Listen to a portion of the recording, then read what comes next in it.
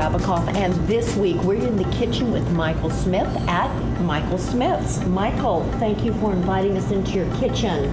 So, the concept for the restaurant. Well, I think, I've done fine dining my whole life, and so it's kind of just what I naturally do in a kitchen in terms of the way I cook. And so I think in this town, my name, my reputation said you're going to open a fine dining restaurant, and so we want to serve fine food in a very upscale and yet sort of casual atmosphere. It allows Kansas City to dine, in a fine way, but nothing too over the top. It isn't. I mean, the atmosphere is very comfortable and casual, even though we know the food is. We wanted very, sophisticated, elegant-looking place, but nothing too over the top in terms of, it's not sort of fancy decor, right. intimidating, or. Okay, so you've had quite a journey to Michael Smith's.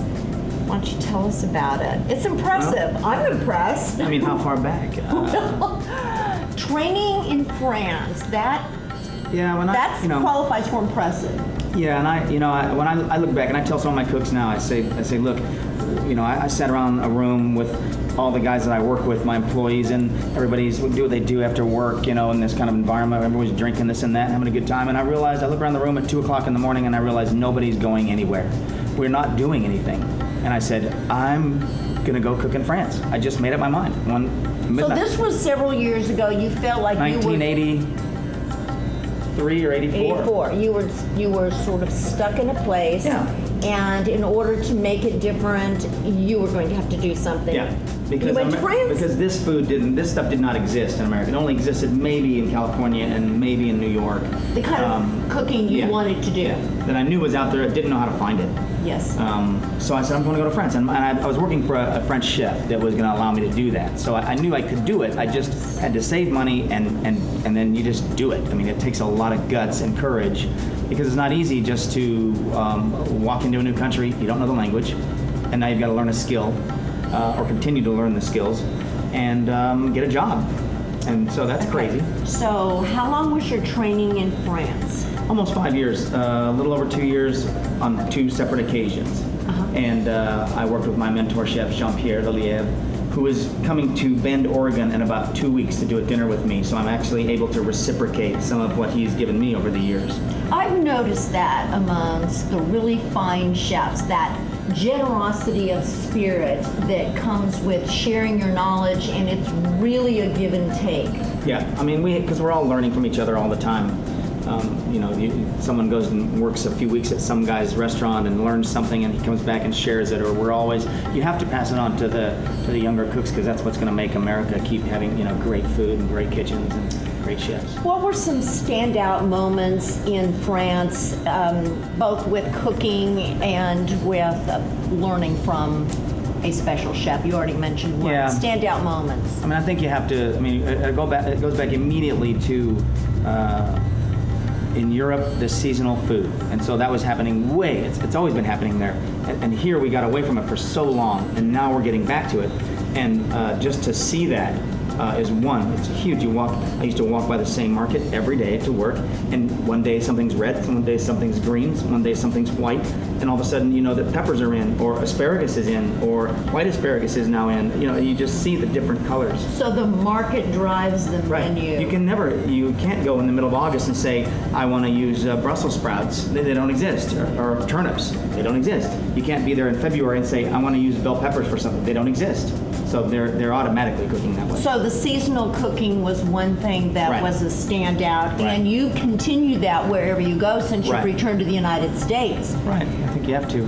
Anything else? Well, I think just there's a level of professionalism there that we, in the broad nature of kitchens in America, it didn't exist yet. Now it does. It exists in Iowa. It exists in Omaha. It exists in Kansas City. And of course, New York, L.A., San Francisco, Dallas, Chicago, the great food cities. But it didn't exist all over. And now there's restaurants in the middle of nowhere that have professional run kitchens, and that's really that sense of discipline and that learning path that needs to happen with professional chefs now exists. And so to see that for the first time. How do you maintain the seasonal? I'm assuming, I'm hearing this, it's becoming a thread through conversations with our wonderful chefs here. Relationship with local growers and food makers. That's, I'm assuming, a significant piece of what you do. Yeah, and I don't think you can, I think if you're going to be a serious restaurant player anywhere in the country, that can't just be, they say, hey, what's your thing? And we all say that, well, we take seasonal product. You have to. We shouldn't even be saying that anymore. It's almost like that's a given. If you're going to play at a certain level, that's the given. There's a certain talent level that you have to play at a certain level, and there's also the product you use, and it should be seasonal. It should be seasonal. It should be as much local as you can.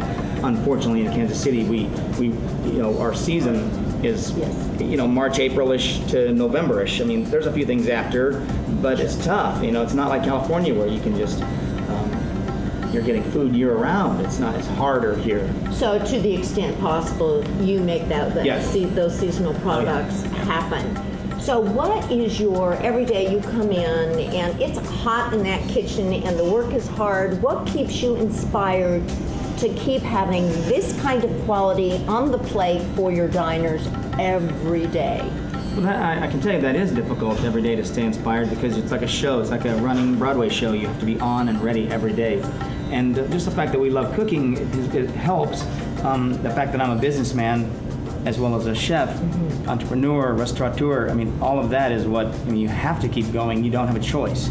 And but the fact that we love food, the reason I'm probably in the business is because I wanted to eat.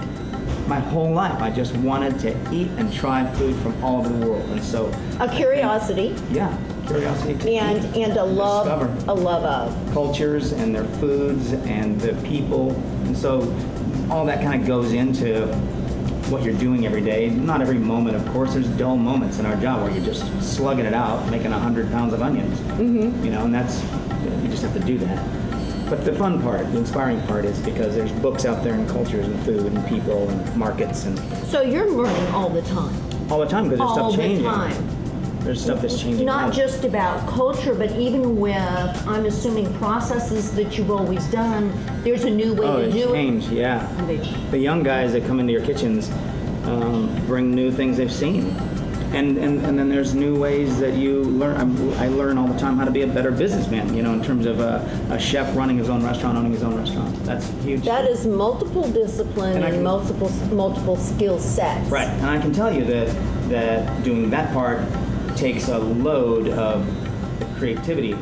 There's Different not as kind much of creativity. Yeah, that battery for the creativity is not as loaded. It's like it sucks it all out, and you have to really have to get focused, almost like a writer or an artist, where you say, okay, I'm going to devote this block of time to some creative thinking about food, because here I've got to, in the morning I set aside an hour and a half for business stuff, checking emails, do this, the bank, blah blah blah. Then I'll go in the kitchen, so there's. You just have I've to block heard your time. that also consistently from artistic people, that if you don't put some structure in your day and devote certain portions of it to the different disciplines for which you have to make happen, it probably doesn't happen as well as it should.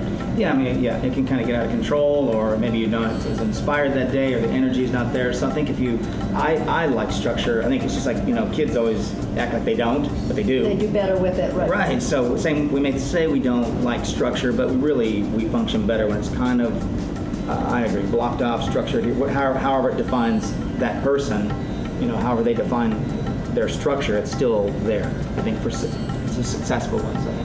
So, we're going to now take some of that multidiscipline talent that I'm sitting next to and go into the kitchen and make an extraordinary ribeye on a romesco sauce with pomme frite and a 44-minute egg. So we'll cook this egg for about 44 minutes in a slow cooking batch of water, and then we're going to take it out and actually put it in some breadcrumbs and then fry it. So now it's crispy on the outside, but it's a runny egg on the inside.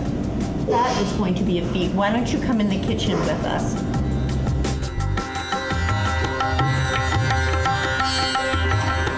Hello, I'm Bonnie Rabikoff, and we're in the kitchen with Michael Smith at Michael Smith's.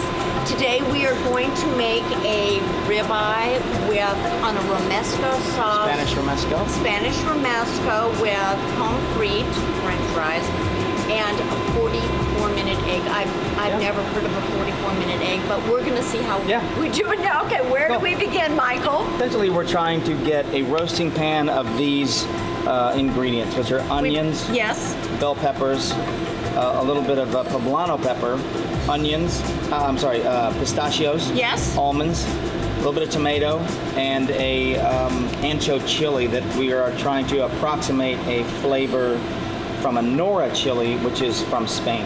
I see some oil. Is this got a little bit of olive oil. Olive oil, and did you salt and pepper this? A little bit of salt and pepper, and then we roast it in the oven for approximately 45 minutes to an hour at 375 degrees. And the goal is to get this to room temperature so we can buzz it off. Is this going to be our sauce? This is the Spanish romesco. So typically it's blend of flavors. The romesco sauce is a very traditional Spanish sauce. It's kind of like their ketchup. It's almonds, peppers, tomatoes, garlic, and bread, all emulsified with olive oil and then finished with a little bit of sherry vinegar. Amazing. Because you've got some heat, you've got a nuttiness. Right, the nuts are really important in a romesco. The nuts are amazing, and so this is at room temperature and of course ready for us, but these are just some of the ingredients you use to chop up. That's correct. And cook it off with. And so at home, the mise en place, which all the chefs tell us, get everything ready get everything ready to go, and that's what we've done.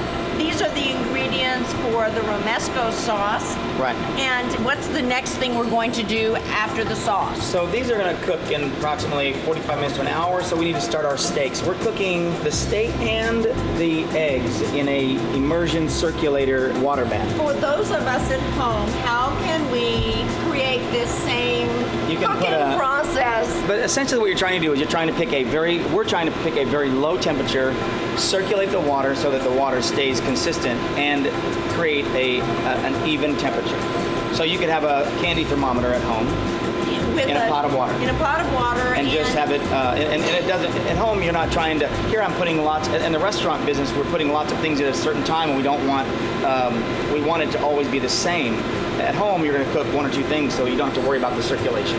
No, so you're fine. Okay, so you can also do this, this is a wacky thing, but you can also do this in a beer cooler because a beer cooler holds temperature whether it's cold or hot. So a little miniature beer cooler. Yes. Heat your water up on the stove to 135 degrees, maybe a little more, like 139 or 140 because of the difference when you pour it into your beer cooler. Close the lid. You've got a hermetically sealed. Not hermetically, but you've got a sealed environment. And the water will stay temperature. You plunge your food in there. Okay. But the food has to be wrapped in plastic. I know. You know, I've just recently learned that it is okay to use plastic and heat so long as the heat's not over 325 or so. It won't melt and it doesn't transfer any flavor.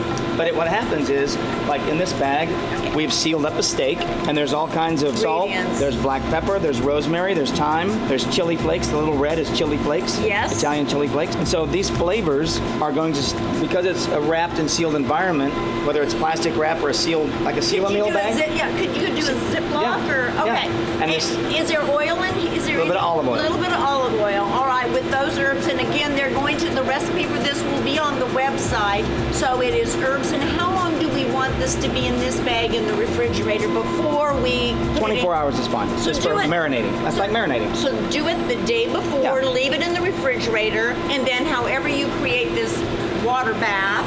Right.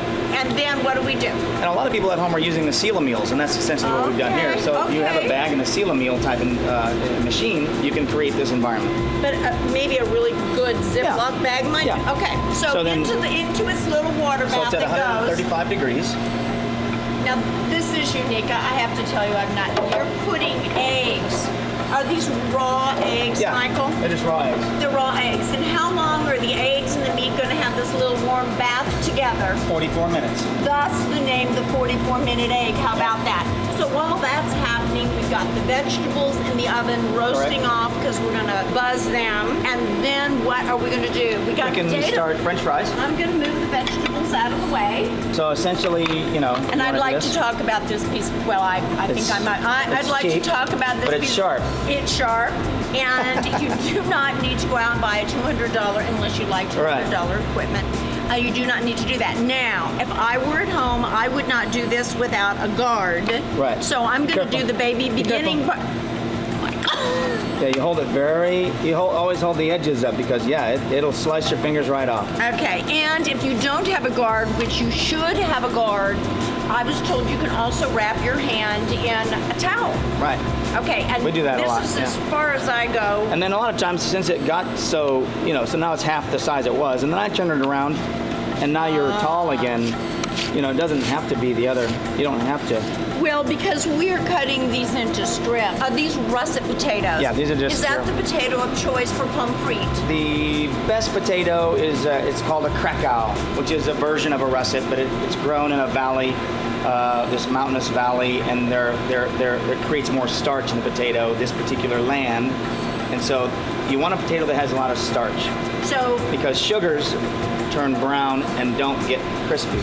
Starch gets crispy. So we learned something. It's the starch that's getting crispy in the potato. Right. And I noticed you didn't peel it. Not necessary. Yeah, I like to leave them kind of rough. And I think it adds a little crunch. Yeah.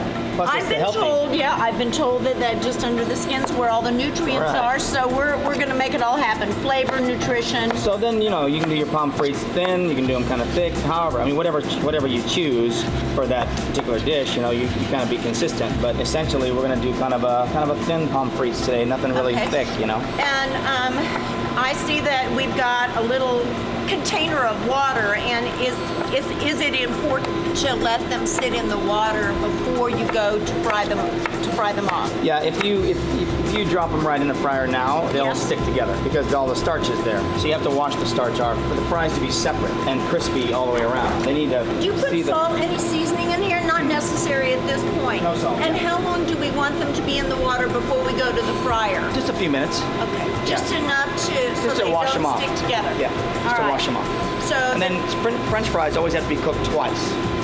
And let's talk about that. So the first time they go in, Go in for 3 or 4 minutes at a lower temperature, typically about 300 degrees, and that part cooks them. So now they're cooked pretty much all the way through, but they're not brown at all. They're just a little bit different color than they are now, only they're cooked through. So if you're entertaining, the good thing is to get them to that par-cooked state, because the second time they go in is when they crisp up and they're ready to be served. You can do this in advance, well in advance. You can do it in the morning and be ready to go when you come home. You keep them in the refrigerator. When you come home at night, you're ready for your party, you fry. Okay. So that's really easy. Okay. They look wonderful. So they've been sitting in a little bit of water, and now they're going to go in for their first dip. If you're at home, you'd have a big pot of peanut oil or some non-flavorful oil, canola oil, and you put them in for about how long for the first 2 dip? to 3 minutes. So we're talking fast. Yeah.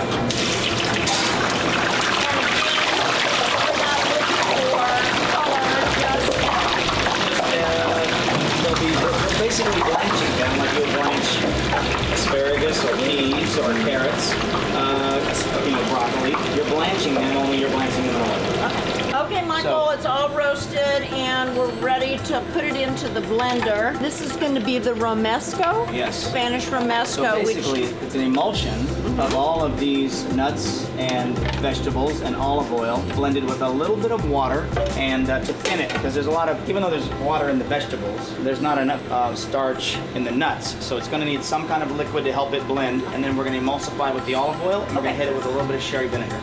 Ooh. So the sherry vinegar gives that bite. Got a little tang at the end. So it's loud. I'll turn this on. It's okay.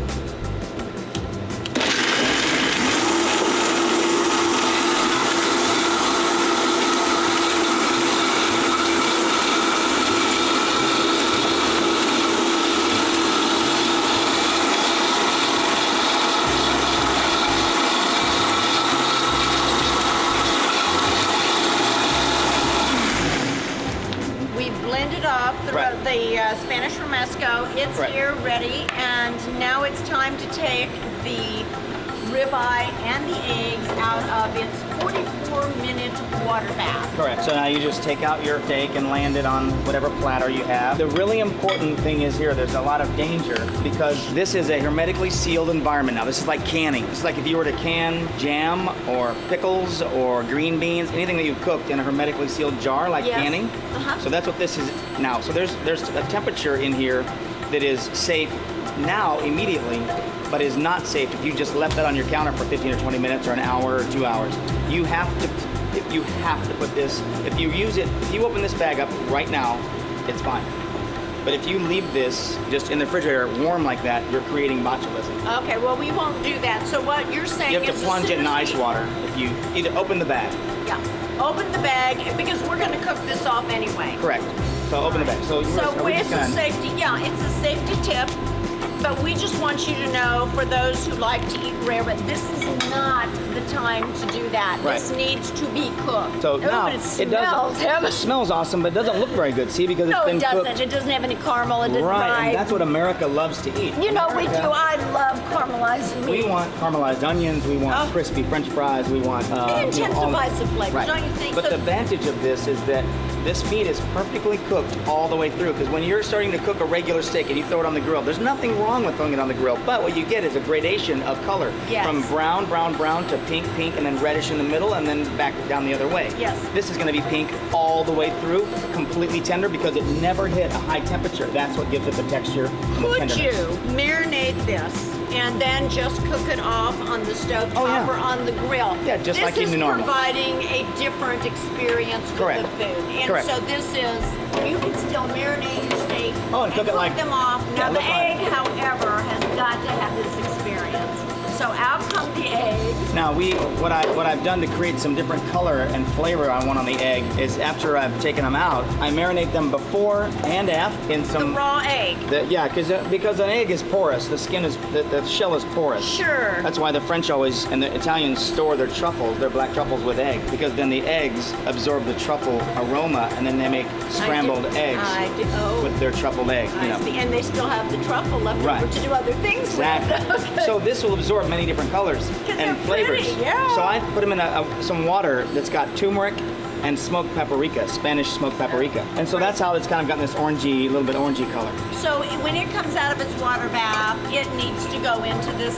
It doesn't have to. It's just something I was messing with. It just comes straight out of the. It does have a fun color to it, and it does probably have a layer of flavor with this. With the smoked paprika. Because we're going to fry these eggs. Right. All right. Again, we did a water bath after we had marinated the steak, which you could do, or you could go directly to this. Correct. So we're going to add olive oil to the pan. When you sear steaks, you want the pan to be pretty hot. You want it to be almost smoky. So at home on our cooktops, what do we want? Medium-high heat? Medium-high to high. To high. Yeah. And so what you're looking for when the oil is ready, it is doing what? It's kind of moving around a little. Well, it's going to smoke. This has got a little, if it pops like that, that means there's probably a little liquid in there. Yeah. When it starts smoking, it's ready. And something you did important. Well, I like to dry you dry it off, and I've been told that the meat needs to be a little dry to get that caramelization. Well, the water will splatter you. Whatever moisture is on there. That's unpleasant, yes.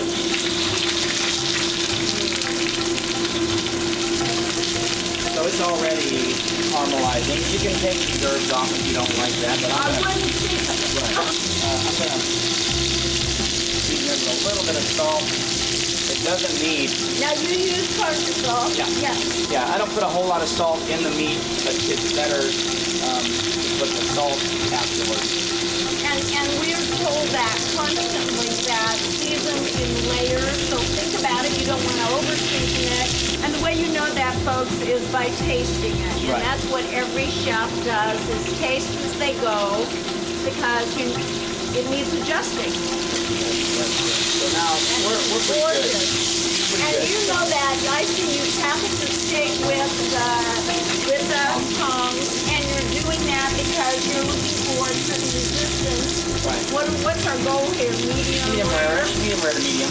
So we're going for medium here. Yeah, medium rare to medium. We want it to be nice and juicy and pink, and I think that's what we've got. So and we should of course let this we rest. know That meat is resting. Just gonna let it rest. Just a reminder, if you cut into it now, you won't have the juiciness that you will if you let it rest and let the juices come back into the meat. So that's resting a little bit, and while that's doing that, we're gonna finish off the eggs and the fries. And the fries. Yeah. Okay, so how are we gonna get the eggs ready? This is pretty crazy because now you just crack this egg. Oh, we're really gonna do that? Oh, Yeah. Do you trust me?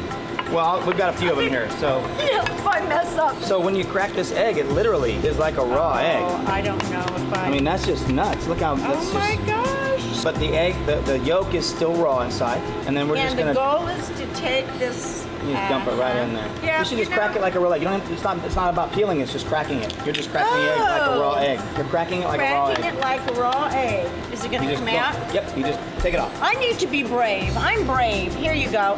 There you go. Of course, unfortunately, we didn't end up... Get over there, you. That's it. We're done. So here we are with our 44-minute eggs, and we're going to go deep fry them in this...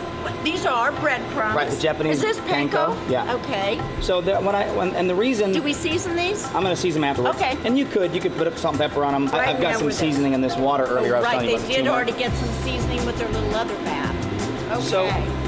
So These are exquisite. typically, if you were to take a hard-boiled egg Yes.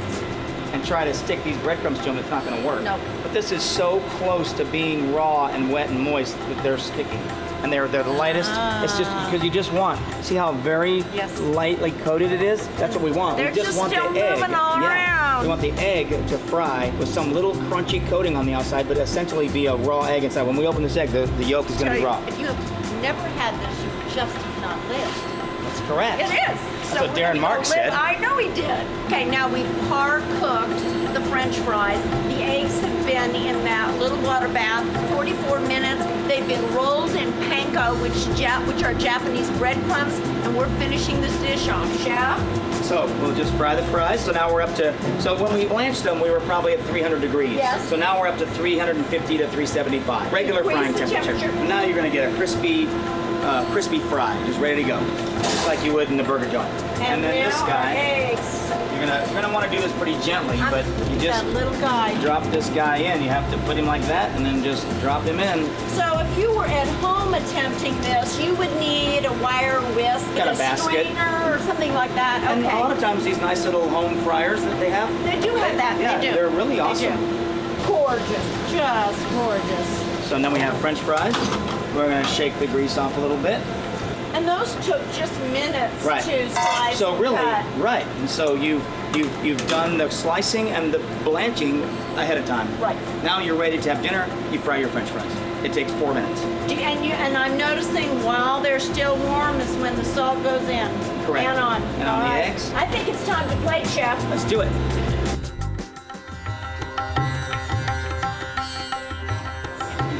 We have just prepared the ribeye. We've made the Romanesco sauce, our deep fried egg and pomme frite. Chef, let's plate it. We eat with our eyes first. So, not that this doesn't look fabulous, just the way it is. All right, this is the Romesco. Correct. So we're just gonna do a little. And look, that was not hard to do. Look how beautiful it is. It's beautiful. Okay, And then our the meat is rested rested. steak, yeah. And you're cutting this on the diagonal? A little bit on the diagonal, and I'm really gonna cut out just you can serve the whole steak. I'm Sure. doing a presentation that I want to use just a real center cut of it, Okay. the eye, because a ribeye can tend to be, it can be, of all the steaks out there, it's one of the most flavorful. Yes. But it's also the fattiest. Which is So- probably why it's so flavorful. Exactly. And So you now just, we've got- and you see, just we've got put this- the knife at an angle to get that cut. Beautiful. See how it's almost, the gradation of color is almost exactly all the way through, It is. except for just where we've seared it. Well, sure. So that's exactly what we were going for. Okay, now the pomme frite. Then we just toss a little pomme frite on top. This is overkill. Beautiful. This is gilding the lily. No.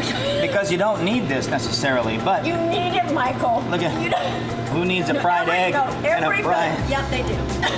and then You know what this is reminiscent of? The old steak and eggs Yeah. and hash browns. I would say this is this is comfort this is food. this is the in- upscale in version Michael of that. Smith. And so then we How got a little beautiful color. is that? And I notice you're using a flat leaf parsley. Flat leaf Italian parsley. Now we're missing vegetables, but we've got a lot of vegetables in our sauce. That's very green. That looks green to me.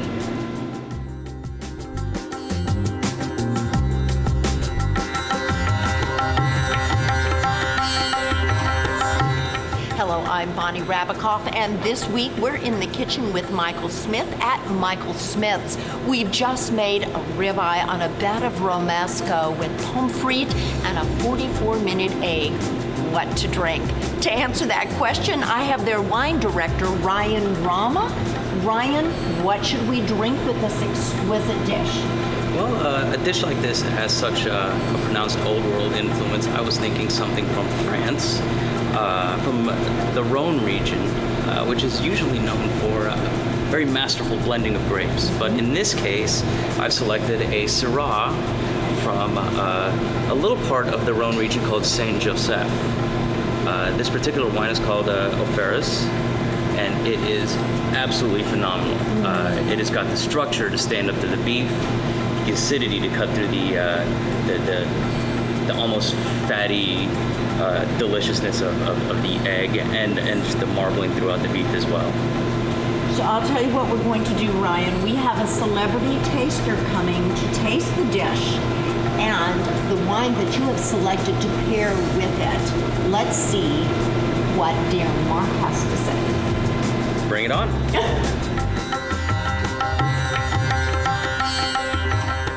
Hello, I'm Bonnie. We've been in the kitchen at Michael Smith's. We've prepared a ribeye on a romesco sauce with pommes frites and a 44-minute egg. Now, to make sure that this is going to be wonderful, we've invited a celebrity taster, Darren Mark. Darren, thank you for being with us. Darren is a foodie and a writer for Spaces magazine and the owner of Scenic Road Productions. You and I have broken bread before. We're going to do it now. Chef? Do we have, oh, here's the dish. Oh my gosh. Are you ready? It's Michael. It's Michael. Wow, you're here. What's up, man? Look at At that. your own restaurant. At your own Well, restaurant. I thought you were too big for making appearances here. Oh, no. No, he's the man. Only on Saturdays. Celebrity chef who cooks in his kitchen. What more could you ask What more for? could you ask for? Now, Man. you've got an assignment, and I know you can do this. Taste this. Tell us what you're tasting. And then the wine director has paired this with a French Syrah.